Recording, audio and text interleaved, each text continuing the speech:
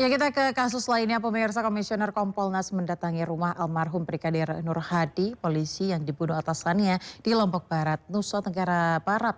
Kompolnas menyatakan akan transparan dalam penyelidikan kasus ini. Dua komisioner Kompolnas yang datang ke rumah Brigadir Nur Hadi adalah Supardi Hamid dan Arief Wicaksono. Mereka menemui istri Brigadir Nur Hadi, Elma Agustina. Dalam pertemuan ini istri korban berharap penyelidikan dilakukan secara transparan. Selain itu, Kompolnas juga membuka masukan untuk Polri terutama nasib anak korban. Sebelumnya polisi telah tetapkan 3 tersangka, 2 diantaranya dihentikan dengan tidak hormat dari Polri. Proses yang transparan, mereka terus mendapatkan informasi yang berkelanjutan terkait peristiwa ini.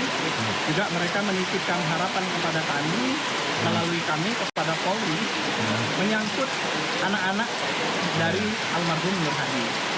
Nah, kami nanti akan mencoba untuk meminta kepada baik Polda maupun Polri secara keseluruhan. Semuanya dituntaskan sama nggak yang berlanjut. Terima kasih semuanya. Tadi sempat minta apa katanya soal jaminan? Minta hak dan kewajiban. Minta hak dan kewajiban saya sebagai istri almarhum yang menjadi anggota sama kewajibannya dari instansi kepolisian kepada istri dan anak-anaknya. Laporan Presiden ke-7 Joko Widodo terkait dugaan pencemaran nama baik di Polda Metro Jaya naik ke tahap penyidikan, pemirsa. Penyidik menemukan unsur pidana terhadap tudingan ijazah palsu yang dilontarkan oleh Roy Suryo CS.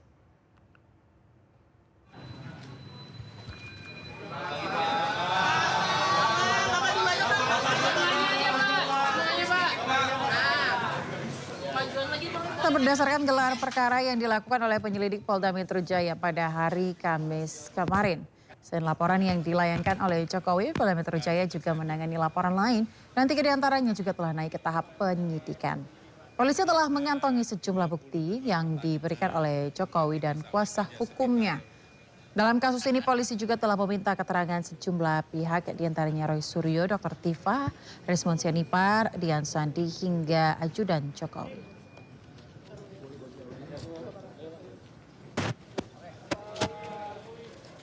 Ya, Presiden ke-7 Republik Indonesia Joko Widodo menuding ada agenda politik besar di balik isu ijazah palsu. Jokowi pun enggan untuk menunjukkan ijazah asli miliknya di luar persidangan.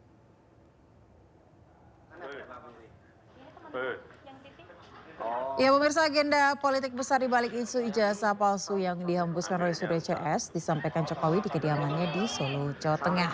Sementara itu terkait perkembangan kasus ijazah palsu yang naik penyidikan, Jokowi menyerahkan pada proses hukum di Polda Metro Jaya. Jokowi pun enggan untuk menunjukkan ijazah asli miliknya di luar persidangan.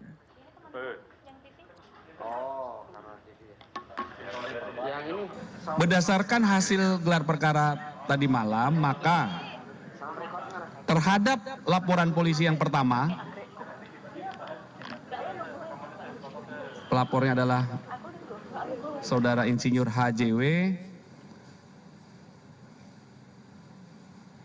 Dalam proses penyelidikan yang sudah dilakukan, dalam gelar perkara disimpulkan, ditemukan ya, hasil penyelidikan sudah ditemukan dugaan peristiwa pidana sehingga perkaranya ditingkatkan ke tahap penyidikan. Ini kan sudah dalam proses hukum.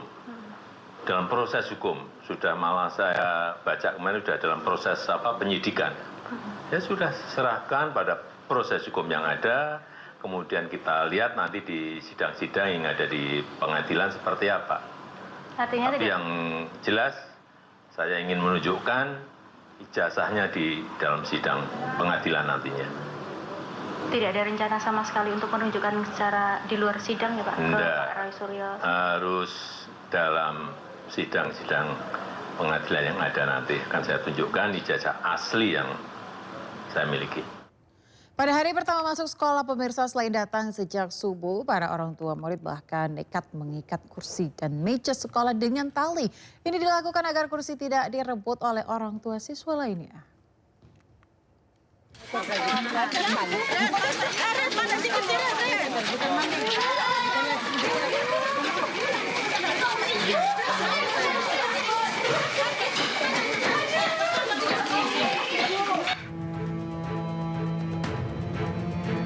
Puluhan orang tua siswa langsung berlarian menuju ruang kelas sesaat setelah gerbang sekolah SD Negeri 4 Kedokan Agung, Kabupaten Indramayu dibuka.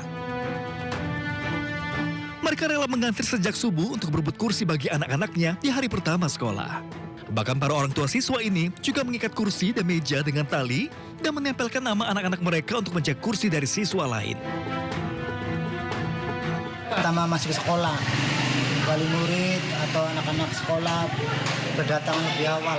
Kadang-kadang ya sebelumnya sudah memberikan tanda di meja atau di kursi dengan berbagai macam, ada yang diikat, ada yang tempel nama, dan lain-lain. Duduk di depan supaya menerima pelajaran dengan jelas katanya.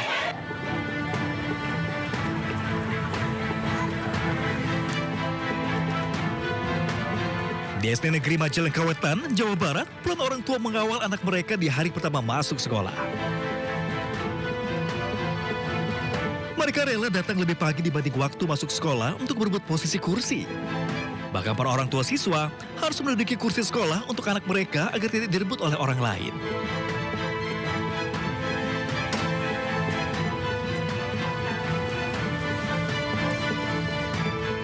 Sementara itu, wali murid dan siswa SDN Tegal Besar 3 di Jember, Jawa Timur datang sejak pukul 5:30 pagi di hari pertama sekolah. Meski sekolah belum sepenuhnya dibuka, namun para wali murid sudah lebih dulu berebut kursi paling depan untuk anak-anak mereka. Ini anaknya pengen duduk di depan biar tahu cepat tahu ada menangkap pelajaran nanti. Menangkap pelajaran itu. Para wali murid masih beranggapan bahwa posisi menentukan prestasi. Dengan duduk di barisan depan, mereka berharap anak-anak dapat menyerap pelajaran lebih mudah. Tim Liputan iNews melaporkan.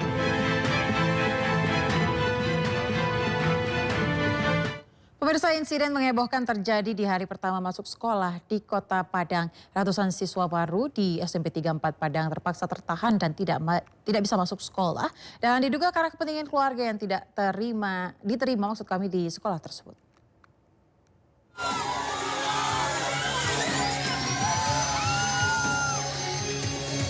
Polisi terpaksa memotong rantai besi yang menggembok pagar sekolah SMP 34 Padang. Pasalnya, gerbang sekolah digembok oleh oknum warga yang kecewa karena 4 orang keponakannya tidak diterima di sekolah ini. Setelah gerbang berhasil dibuka, ratusan siswa pun berhamburan memasuki kelas. Pelaku yang berada di dalam sekolah langsung digiring polisi untuk dimintai keterangan. Para siswa yang kesal dengan ulah pelaku meluapkan kesalahan mereka dengan meneriakinya. Sejumlah wali murid menyegel pintu masuk SMA Negeri 5 Bukit Tinggi, Sumatera Barat. Mereka protes karena lebih dari 150 siswa tidak diterima di sekolah negeri tersebut. Warga menilai seleksi peserta didik baru banyak kejanggalan dan tidak transparan.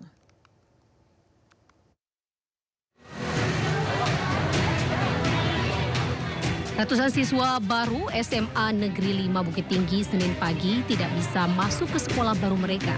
Hari pertama sekolah yang akan diisi dengan kegiatan masa pengenalan lingkungan sekolah atau MPLS gagal. Pintu masuk sekolah tidak bisa dibuka karena digembok dengan rantai besi. Siswa akhirnya berkumpul di halaman depan sekolah menunggu pintu masuk dibuka. Pelaku penyegelan sekolah ternyata warga yang anaknya tidak diterima di SMA negeri. 177 siswa gagal masuk sekolah negeri, 8 diantaranya gagal diterima di SMA Negeri 5 Bukit Tinggi. Mereka menilai seleksi jalur zonasi, afirmasi, domisili, dan prestasi tidak adil. Yang domisili hanya berjarak puluhan meter dari sekolah. Artinya SMA 5 berdiri di belakang dapur di dapur rumah kami. Dengan alasan apa? pihak sekolah tidak menerima anak-anak. Penyegelan SMA Negeri 5 Bukit Tinggi merupakan yang kedua kali. Sebelumnya, penyegelan sekolah berlangsung tahun 2017. Mereka mengancam jika seleksi penerimaan siswa baru tidak transparan, seluruh SMA negeri di Bukit Tinggi akan disegel.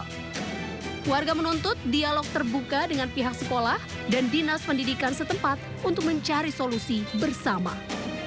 Dari Bukit Tinggi, Sumatera Barat, Wahyu Sikumbang melaporkan. Ribuan siswa di Jawa Barat mulai menjalankan kebijakan baru Gubernur Deddy Mulyadi, yaitu masuk lebih pagi, yakni jam 6.30. Dampak kebijakan itu pemirsa, banyak siswa yang masih kesiangan tiba di sekolah. Tidak hanya itu, Gubernur juga menambah jumlah siswa per kelas hingga 50 anak yang membuat siswa baru tidak kebagian meja belajar.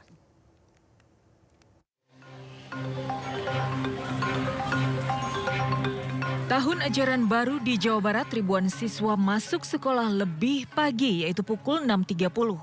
Di hari pertama masih banyak siswa terlambat datang, salah satunya di SMA Negeri 1 Bandung. Tak hanya itu, kebijakan Gubernur Deddy Mulyadi soal penambahan jumlah siswa hingga 50 anak dalam satu rombongan belajar mengakibatkan beberapa siswa baru tidak kebagian meja. Mendengar laporan itu, Gubernur Deddy Mulyadi meminta Sekda segera mengirim meja tambahan, juga penambahan AC untuk kelas yang diisi lebih dari 40 siswa. Ngecek sana 88 kursi. 88 kursi yang gampang. Hari ini kirim beli. Iya. Nah, untuk sekolah lain gimana Pak? Pokoknya gini, kekurangan kursi tinggal lapor aja ke Sekda dan ke Gubernur dan ke Kepala Dinas Pendidikan. Kita penuhi, nggak usah nunggu APBD. Ya. Pak, yang AC aja kita bayarin. AC itu hampir 8 miliar loh. Kang Deddy meminta kebijakan penambahan siswa dalam rombongan belajar tidak dipersoalkan, lantaran jelas bisa menjadi solusi masalah siswa yang tidak tertampung di sekolah negeri. Dari Bandung, Jawa Barat, Ervan David, iNews melaporkan. Pemirsa, kita akan mengetahui terkait dengan informasi terkini pencarian kapal tenggelam di Mentawai. Dan kita telah terhubung dengan Kepala Kantor SAR Mentawai, Bapak Rudi. Halo, selamat siang Pak Rudi. Ya, baik. Selamat siang Mbak Aya. Baik, Pak Rudi. Tim SAR gabungan. Ya, baik Pak Rudi, sejauh ini sudah ada berapa korban ditemukan dan yang masih hilang ada berapa? Terakhir informasinya ada 10 orang yang masih hilang. Silakan Pak dengan informasinya Pak.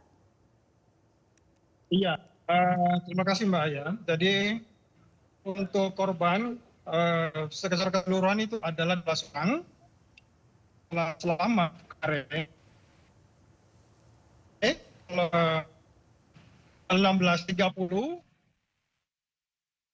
di Desa Mapinang Utara. Kemarin pada pukul 10 pagi tadi, kami di lapangan itu telah dengan 10 orang yang dalam pencarian kemarin itu dilengkapi dan mereka sekarang ini pada pukul 5 telah menuju ke Kasarnas. Di total penemuan sampai dengan pukul kami laporkan ini adalah 17 orang. Sehingga tinggal satu lagi yang akan dicari. Ya, Pak Rudi, kalau terkait dengan badan kapal ini, apakah sudah ditemukan atau masih dalam proses pencarian juga Pak? Iya, kalau badan kapal kami tidak menemukan untuk secara langsung. Demikian, baik. Baik, Pak Rudi, apakah mungkin sudah ada dugaan terkait dengan kronologi tenggelamnya kapal ini? Iya, untuk kronologinya sendiri yaitu bahwa kemarin longboat ini atau perahu ini berlayar dari Pelabuhan Cikakap menuju ke Pelabuhan Pokejar di Cipora.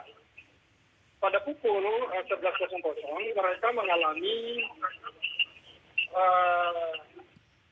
mendapatkan badai, ombak besar, sehingga mereka tenggelam atau terbalik di sekitaran perairan Cipora dan perairan Cikakap.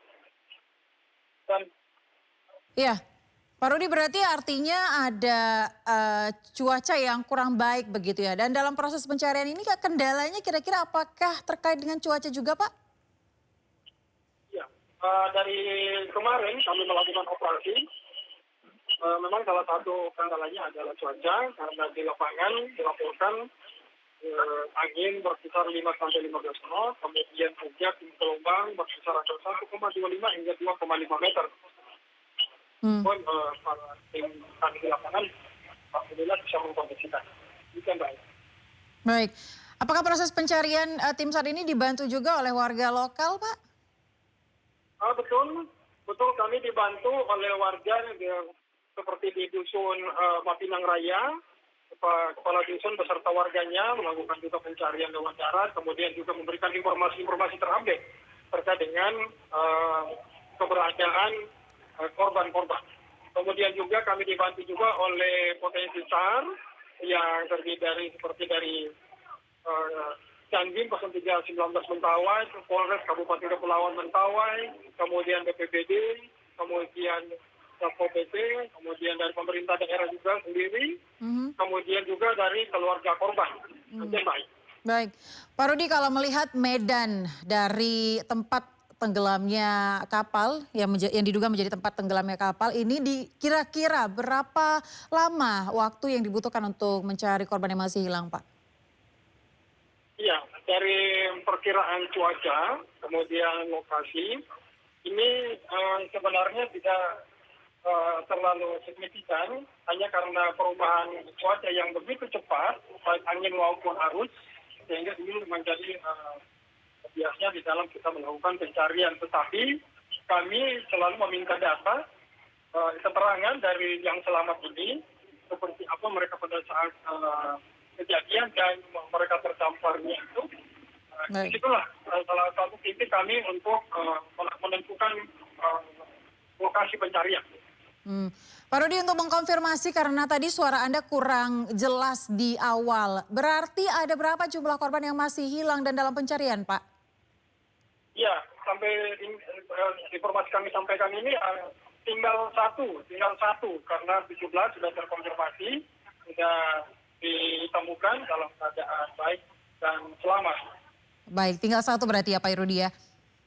Iya. Baik, terima kasih Pak Rudi atas informasinya. Kita akan sama-sama tunggu seperti apa proses pencarian dan update-nya. Semoga kita mendapatkan kabar baik dalam proses pencarian ini. Sekali lagi terima kasih Pak Rudi, selamat bertugas kembali.